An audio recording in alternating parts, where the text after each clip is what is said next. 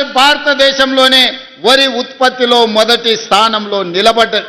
1,56,1,56,00,000 metric టన్నుల ఉత్పత్తిని ఒకే ఒక్క సీజన్లో పండించి పంజాబ్ హర్యానాలను దాటుకొని ఆంధ్రప్రదేశ్ రాష్ట్రానికి రెండింతల అధికంగా వడ్లు పండించిన రాష్ట్రం తెలంగాణ రాష్ట్రంలో ఉంది.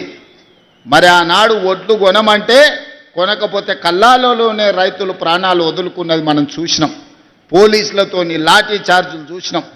ఈనాడు కల్లోలంలో ఉన్న కల్లాలను ఈ ప్రభుత్వం ఆదుకొని రైతులు పండించిన ప్రతి గింజను ఈరోజు మనం కొనుగోలు చేసినాం. సన్న వడ్లకు 500 రూపాయల బోనస్ ఇచ్చినాం. ఇవన్నీ ఇవ్వడమే కాదు, ఇవాళ మా ఆడబిడ్డలు మా అక్కలుండ్రు, మా అక్కల్ని ఆలోచన చేయమని నేను అడుగుతున్నా. ఆయన రేషన్ కార్డు ఇవ్వాలంటే కేసీఆర్ ఆయన ఆస్తి రాసిచ్చినట్టు గజ్వెల్లో ఫామ్ హౌస్ రాసిచ్చినట్టు చేసిండు. పెళ్ళైన పిల్ల ఇంటికి వస్తే కోడలి పిల్ల వస్తే రేషన్ కార్డులో పేరు లేదు, ఇంటి ఆడబిడ్డ అక్కడ పోతే అక్కడ పేరు లేదు, వెళ్ళిపోయిందని ఇక్కడ తీసే పరిస్థితి. ఎట్లా కాని పరిస్థితి ఆడబిడ్డలకు ఉండే. మరి ఇవాళ మా సీతక్క మా శ్రీనివాసరెడ్డి గారు బాధ్యత తీసుకొని లక్షలాది రేషన్ కార్డులు ఇచ్చి, అదేవిధంగా పిల్ల ఒకవేళ మన ఆడబిడ్డ పెళ్ళై అత్తగారింటికి పోతే అత్తగారింట్లో ఆడబిడ్డ పేరు నమోదు చేపించి ఇవాళ దాదాపుగా రాష్ట్రంలో 1,10,00,000 రేషన్ కార్డులు ఇవాళ తెలంగాణ రాష్ట్రంలో ఈ ప్రభుత్వము ఇస్తున్నది. ఈ రేషన్ కార్డులలో 3,10,00,000 మంది, మీడియా మిత్రులారా రాసుకోండి నా మాట, ఈ తెలంగాణ రాష్ట్రంలో 3,10,00,000 మంది తెలంగాణ బిడ్డలకు ఈ ప్రభుత్వం సన్న బియ్యం ఇస్తుంది. ప్రతి బిడ్డ ఇవాళ ప్రతి ఇంట్లో ప్రతి తల్లి తన కన్న బిడ్డకు ఇందిరమ్మ రాజ్యంలో ఇస్తున్న సన్న బియ్యంతో వండి బుక్కెడు బువ్వ తినిపిస్తుంది. నేను అడుగుతున్న మీడియా మిత్రులు కూడా పేదవాళ్ళే. ఆనాడు దొడ్డు బియ్యం ఎన్నడన్నా మీరు తిన్నారా? కనీసం చూడనన్న చూసిర్రా? అట్లొస్తే ఇట్లా రేషన్ షాపోడే 10 రూపాయలకు 11 రూపాయలకు పైసలు ఇస్తాను తీసుకునేటోడు, మళ్ళీ వాడే మిల్లోనికి ఇచ్చేటోడు, మిల్లోడు మళ్ళీ ప్రభుత్వానికి ఇచ్చేటోడు, ప్రభుత్వం మళ్ళీ పేదలకు ఇచ్చేది, పేదలు మళ్ళా రేషన్ షాపోనికి అమ్ముకునేది. ఇదే గుండ్రంగా తిరిగినాయి తప్ప ఎన్నడూ కూడా ఆ బియ్యం తిన్న పాపాన పోలే. అందుకే అన్న ఆలోచన చేసినాం. సంవత్సరానికి 13,000 కోట్ల రూపాయల భారం అవుతున్నది. ఆలోచన చేయలే, ఆర్థిక భారం అనుకోలే.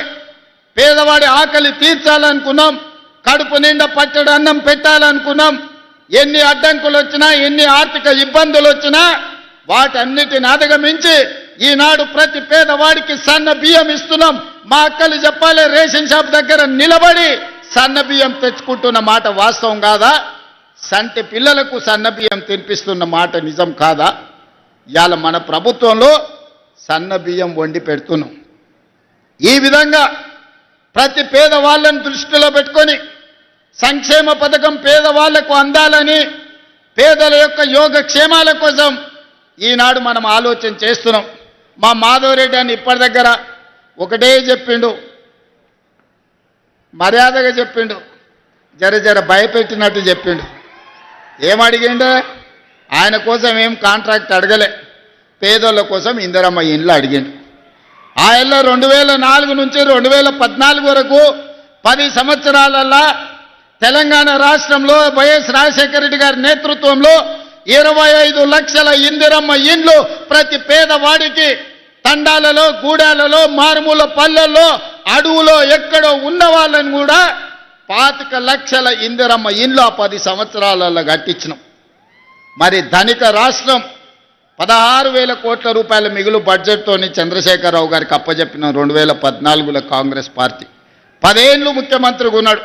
నేను ఇక్కడ ఉన్నోళ్ళని అందరిని అడుగుతున్నా, డబుల్ బెడ్రూమ్ ఇల్లు ఇస్తా అన్నాడు కదా, మీకెవరికైనా డబుల్ బెడ్రూమ్ ఇల్లు వచ్చిందా? ఇక్కడ వేలాది మంది ఉన్నారు కదా.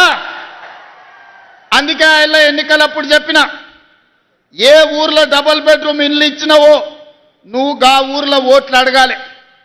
ఏ ఊర్లో మేము ఇందిరమ్మ ఇల్లు ఇచ్చినామో మేము గా ఊర్లో ఓట్లు అడుగుతాం. హనుమాన్లో గుడి లేని ఊరని ఉండొచ్చు, కానీ ఇందిరమ్మ ఇల్లు లేని ఊరు లేదు. ఏ ఊర్లైనా గుడైనా బడైనా తాగనిక నీళ్ళ ట్యాంక్ అయినా ఇందిరమ్మ ఇల్లైనా మనమిచ్చిందే. ఇక్కడికి వచ్చిన వాళ్ళు గుండె మీద చేసుకొని ధైర్యంగా నిలబడి